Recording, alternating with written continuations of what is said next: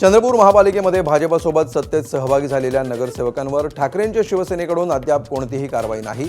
जिल्ह्यातील पदाधिकाऱ्यांकडून वरिष्ठांना सगळं माहिती होतं, त्यामुळे कारवाई होणार नसल्याचे संकेत।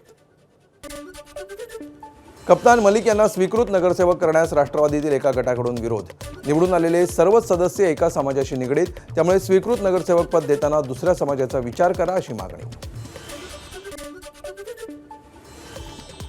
चंद्रपूरमध्ये कोणत्याही परिस्थितीत भाजपसोबत न जाण्याचा उद्धव ठाकरेंनी सूचना दिल्या होत्या। खासदार संजय राऊतांची प्रतिक्रिया। काँग्रेसच्या 2 गटांमध्ये शेवटपर्यंत एकमत न झाल्यामुळे स्थानिक नेत्यांनी निर्णय घेतला असावा असंही मत व्यक्त। चंद्रपूरमध्ये मविया सोबतच राहण्याचे उद्धव ठाकरेंचे निर्देश होते, मात्र शेवटच्या क्षणापर्यंत प्रयत्न केल्यानंतरही काँग्रेसकडून अपमान केला गेला, त्यामुळे भाजपसोबत गेल्याची ठाकरेंच्या शिवसेनेचे जिल्हाप्रमुख संदीप गिर्हेंची प्रतिक्रिया। मुंबई महापालिकेमध्ये महापौरपदी भाजपच्या रितू तावडे विराजमान। 44 वर्षांनंतर मुंबई महापालिकेमध्ये भाजपच्या महापौर मुख्यमंत्री फडणवीसांच्या उपस्थितीत पार पडला महापौर पदग्रहण सोहळा। मुंबई महापालिकेमध्ये शिवसेनेचे संजय घाडी उपमहापौर म्हणून विराजमान। त्याआधी संजय घाडींचं पत्नीकडून घरी औक्षण, फडणवीस आणि शिंदेंकडून शुभेच्छा। मुंबई महापालिकेच्या महापौर पदग्रहण सोहळ्याला भाजप नगरसेवकांकडून जय श्रीरामसह मोदी मोदी अशा घोषणा। सगळे भाजप आणि शिवसेनेचे नगरसेवक फेटे बांधून सभागृहात। मुंबई महापालिकेमध्ये शिवसेनेचे संजय घाडी उपमहापौर म्हणून भाषण देत असताना गदारोळ। घाडी यांच्या भाषणाची प्रत फाडून सभागृहाबाहेर पाय ठेवत ठाकरेंच्या नगरसेवकांकडून निषेध व्यक्त। ठाकरेंच्या शिवसेनेकडून पीठासीन अधिकाऱ्यांच्या मुद्द्यावरून आक्षेप। माजी महापौर किशोरी पेडणेकरांकडून हरकत, त्यावर आयुक्त भूषण गगराणेंनी नियमात बदल केल्याचं सहपुरावा दाखला देत आक्षेप फेटाळला। मुंबई महापालिकेतील काँग्रेसचे नगरसेवक महापौर पदग्रहण सोहळ्याला मास्कसह सभागृहात। यावेळी काँग्रेस नगरसेवकांकडून सभागृह परिसरामध्ये जोरदार घोषणाबाजी। मुंबई महापालिकेच्या निवडून आलेल्या महिलांना सभागृहामध्ये बसायला जागा नसल्यामुळे काँग्रेस नगरसेवक आक्रमक। काँग्रेसचे नगरसेवक आधी थेट व्यासपीठावर, त्यानंतर काँग्रेसचे नगरसेवक सभागृहामध्ये थेट जमिनीवर बसले।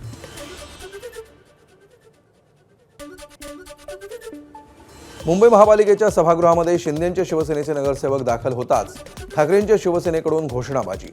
नगरसेवकांकडून 50 खोके एकदम ओके अशी घोषणाबाजी। मुंबई महापालिकेच्या महापौर पदाच्या पदग्रहण सोहळ्यावेळी मुख्यमंत्री देवेंद्र फडणवीस आणि उपमुख्यमंत्री एकनाथ शिंदे यांची उपस्थिती।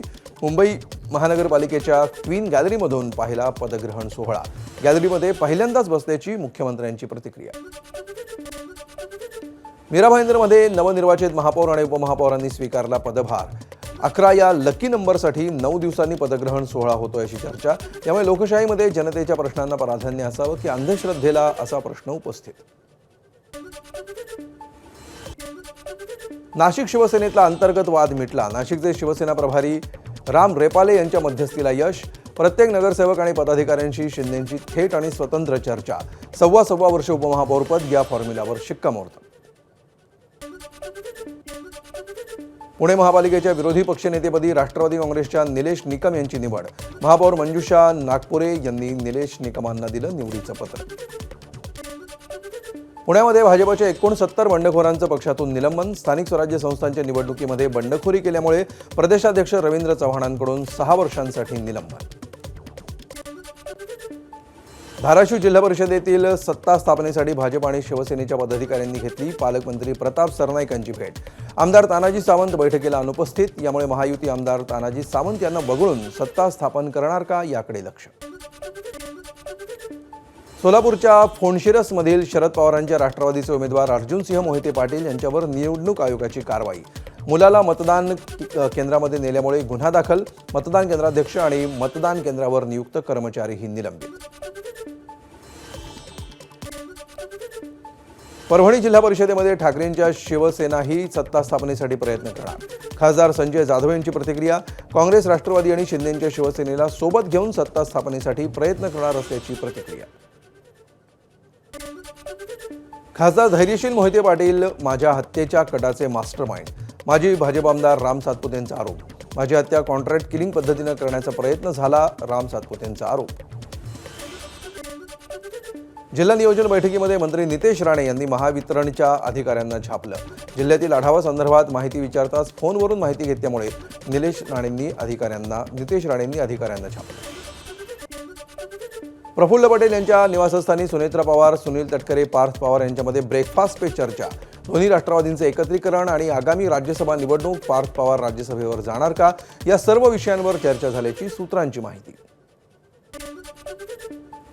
सुनेत्रा पवारांच्या अध्यक्षतेखाली उद्या पुणे जिल्हा नियोजन विकास समितीची बैठक. 2026-27 या आर्थिक वर्षाच्या जिल्हा प्रारूप आराखड्याला मान्यता दिली जाणार. अजित पवारांच्या निधनानंतर पहिलीच बैठक. सुनेत्रा पवार पुण्यासोबत बीड जिल्हा नियोजन विकास समितीचीही बैठक घेणार. बीडचे खासदार बजरंग सोनवणे बैठकीला उपस्थित राहणार. खासदार सुप्रिया सुळे दिल्लीतील महत्त्वपूर्ण बैठकीसाठी रवाना. सुनेत्रा पवार, पार्थ पवार, जय पवार आणि रोहित पवार हे संपूर्ण पवार कुटुंब दिल्लीत असताना आता सुप्रिया सुळेही दिल्लीसाठी रवाना. अजित पवारांच्या अपघाताची सखोल चौकशी झालीच पाहिजे, मुख्यमंत्री फडणवीसांची प्रतिक्रिया. तर चौकशी पूर्ण होण्याआधी तर्कवितर्क काढणं चुकीचं, मुख्यमंत्र्यांची रोहित पवारांच्या आरोपांवर प्रतिक्रिया. दिल्लीत पत्रकार परिषद घेत रोहित पवारांकडून विमान अपघाताबाबत पुन्हा एकदा प्रेझेंटेशन. आमच्याकडे आलेल्या माहितीवरून शंका उपस्थित केली, कोणावरही वैयक्तिक बोललो नाही, रोहित पवारांची प्रतिक्रिया.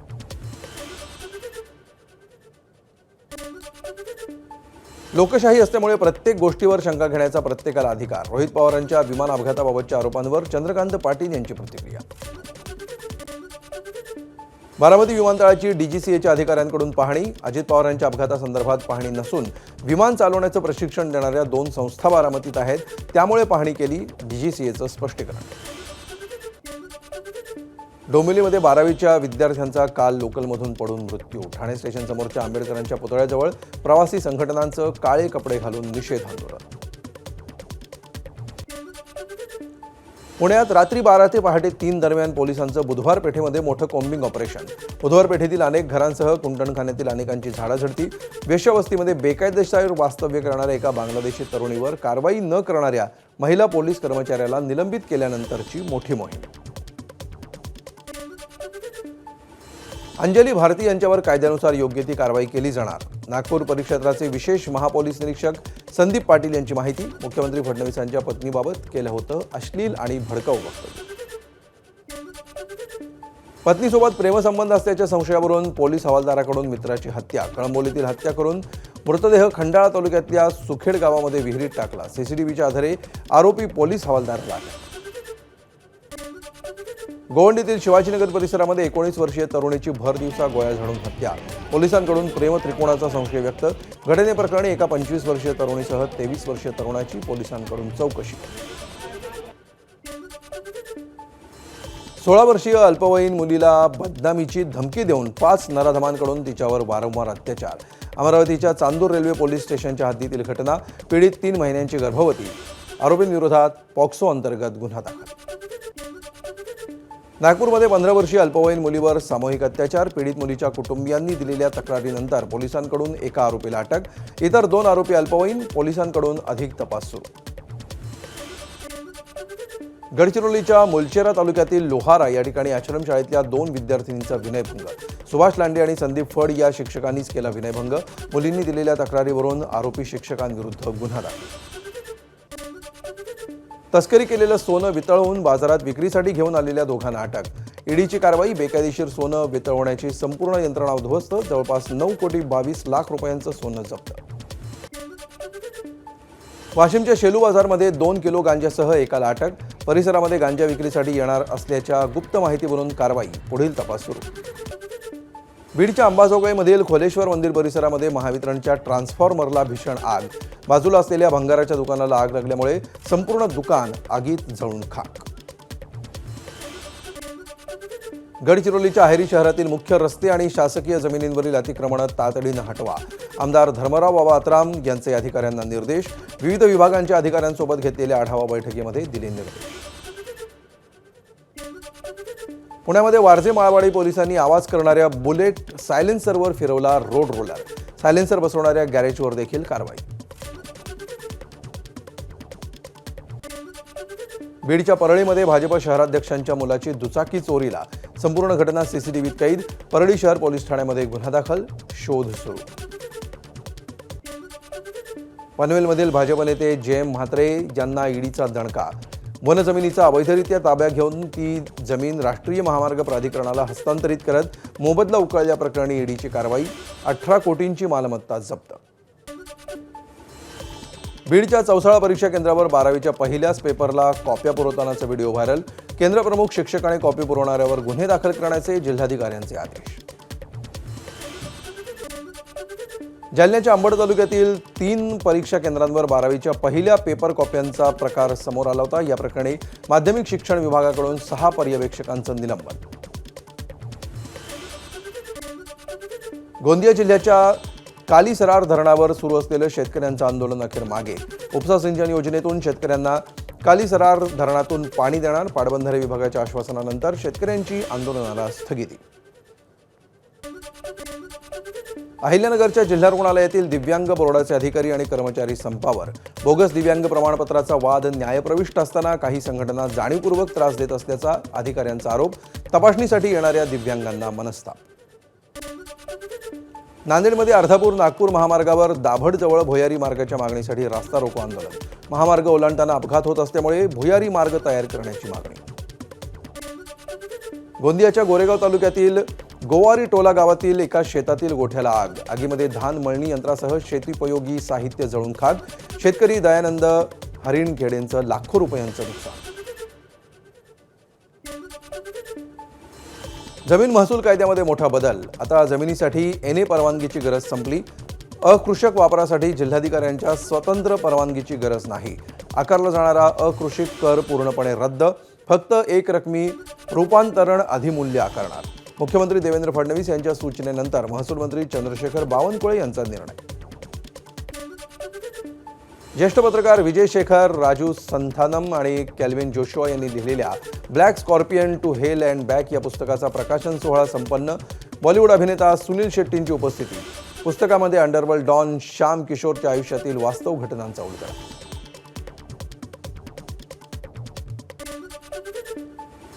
ई गव्हर्नन्स सुधारणा कार्यक्रमामध्ये ठाणे जिल्हा परिषद राज्यामध्ये तृतीय. राज्य शासनाकडून 150 दिवसांच्या ई गव्हर्नन्स सुधारणा कार्यक्रमाचं आयोजन. मुख्यमंत्री फडणवीस आणि उपमुख्यमंत्री शिंदेंनी केलं अभिनंदन. पेन्शन घेणाऱ्या 82 लाखांहून अधिक लाभार्थ्यांपैकी 47 लाख निवृत्तांना मिळते दरमहा 9,000 रुपयांपेक्षाही कमी पेन्शन. त्यामुळे वाढत्या महागाईच्या काळामध्ये निवृत्तांचं जगणं झालं कठीण. याबाबत लोकसभेमध्ये केंद्र सरकारनं दिली माहिती. राज्यामध्ये आजपासून 15,631 जागांसाठी पोलीस भरती. पोलीस शिपाई, चालक, सशस्त्र पोलीस आणि कारागृह शिपाई या पदांचा समावेश. उमेदवारांना एका पदासाठी केवळ एकच अर्ज करता येणार. एकापेक्षा जास्त अर्ज केल्यास ते बाद केले जाणार. बंगळुरूमधील एका साई भक्ताकडून शिर्डी संस्थानाला स्कूल बस दान. साई संस्थानाकडून चालवल्या जाणाऱ्या शाळेसाठी ही स्कूल बस वापरली जाणार. या स्कूल बसची किंमत 25 लाखांच्या घरात.